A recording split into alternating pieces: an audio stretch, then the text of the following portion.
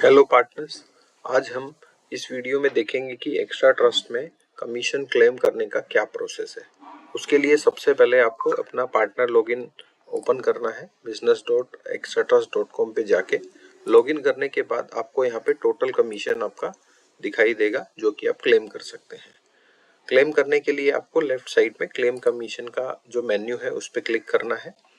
यहाँ पे क्लिक करने के बाद आपको यहाँ पे डेली बेसिस के जितने भी कमीशन जो भी आपने टोटल डीएससी बनाए हैं पर डे, वो आपको यहाँ पे शो होंगे।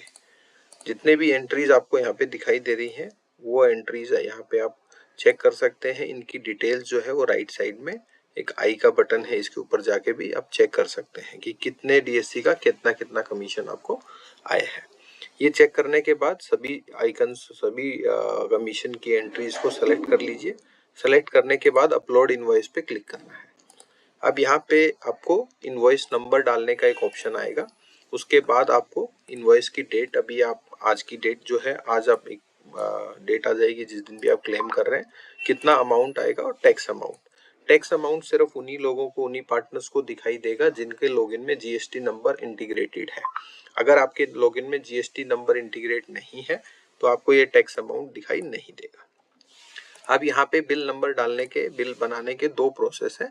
जिन लोगों के पास जीएसटी नंबर नहीं है लॉगिन में और जिनको जीएसटी अमाउंट यहाँ पे, टैक्स अमाउंट यहाँ पे नहीं दिखाई दे रहा है, उनको सिंपली एक इनवॉइस नंबर डालना है, जो कि कुछ भी हो सकता है, 1 2 भी हो सकता है, 1 2 3 जो भी है, या मान लीजिए आपके नाम के आगे 01, मान लीजिए आपका नाम, ठीक है, सुमित सिंह है तो आप सुमित 01।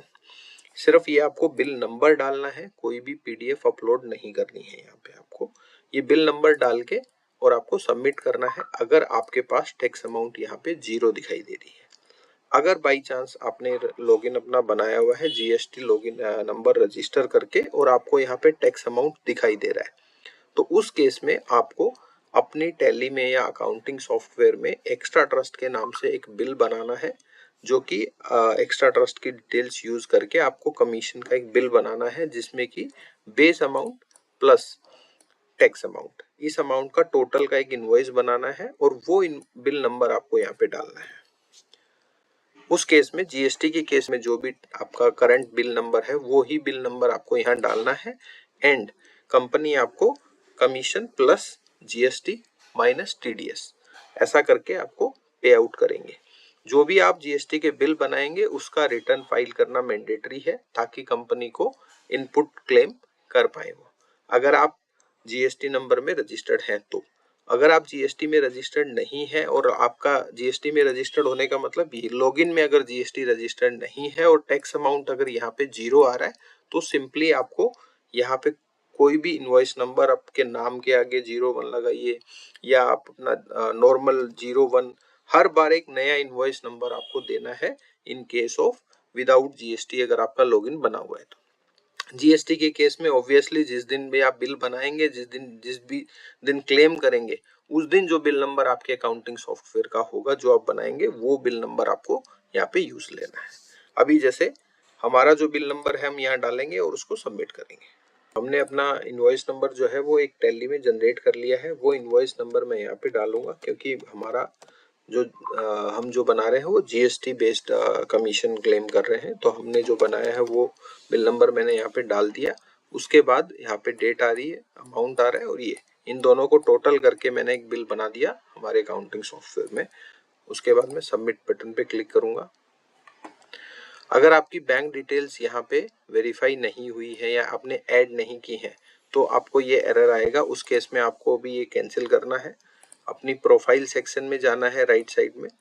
यहाँ पे जाने के बाद आपको बैंक डिटेल्स का एक ऑप्शन दिखेगा। यहाँ पे आपको आपकी बैंक डिटेल्स ऐड करनी है, जिसमें आपको कमीशन क्लेम करना है। ये मेरा बैंक अकाउंट डिटेल है। अपडेट पे क्लिक करना है। एक ओटीपी हमारे मोबाइल नंबर पे जाएगा, ओटीपी एंटर कर देंगे। ओटीपी एंटर करके वेरीफाई बटन पे क्लिक कीजिए। बैंक अकाउंट अपडेटेड सक्सेसफुली, ठीक है। उसके बाद वापिस आके यहाँ पे वेरीफाई बैंक, ठीक है, यहाँ पे आपको जो भी आपका डिटेल डाला है उसका डिटेल यहाँ पे दिखाई देगा। अकाउंट नेम आपका मैच कर रहा है तो कंफर्म पे आपको क्लिक करना है। ठीक है, ये कंफर्म करने के बाद आपका बैंक अकाउंट जो है यहाँ पे वेरीफाई हो जाएगा और इसी बैंक अकाउंट में आपका कमीशन आएगा। अब उसके बाद आपको क्लेम कमीशन पे जाके जो प्रोसेस हम कर रहे थे वो प्रोसेस यहाँ पे आपको कंप्लीट करना है।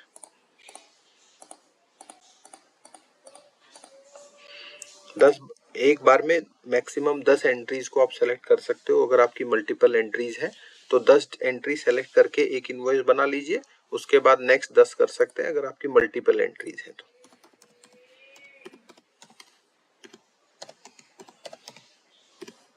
मैंने बिल नंबर डाल दिया है, उसको मैं सबमिट पे क्लिक किया।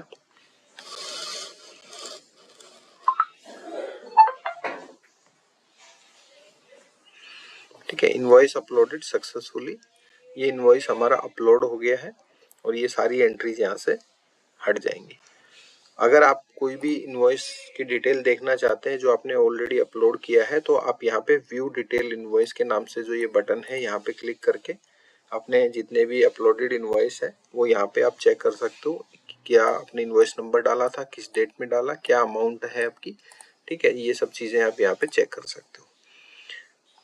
आपका बिल देखना हो तो यहाँ पे भी, अगर आप एक्स्ट्रा ट्रस्ट की बिलिंग डिटेल देखना चाहते हो तो यहाँ पे एक्स्ट्रा ट्रस्ट की बिलिंग डिटेल आपको यहाँ पे दिखाई देंगी कि इस नाम से आपको बिल बनाना है कंपनी का। ये हमने ई सॉल्यूशंस ने एक बिल बनाया।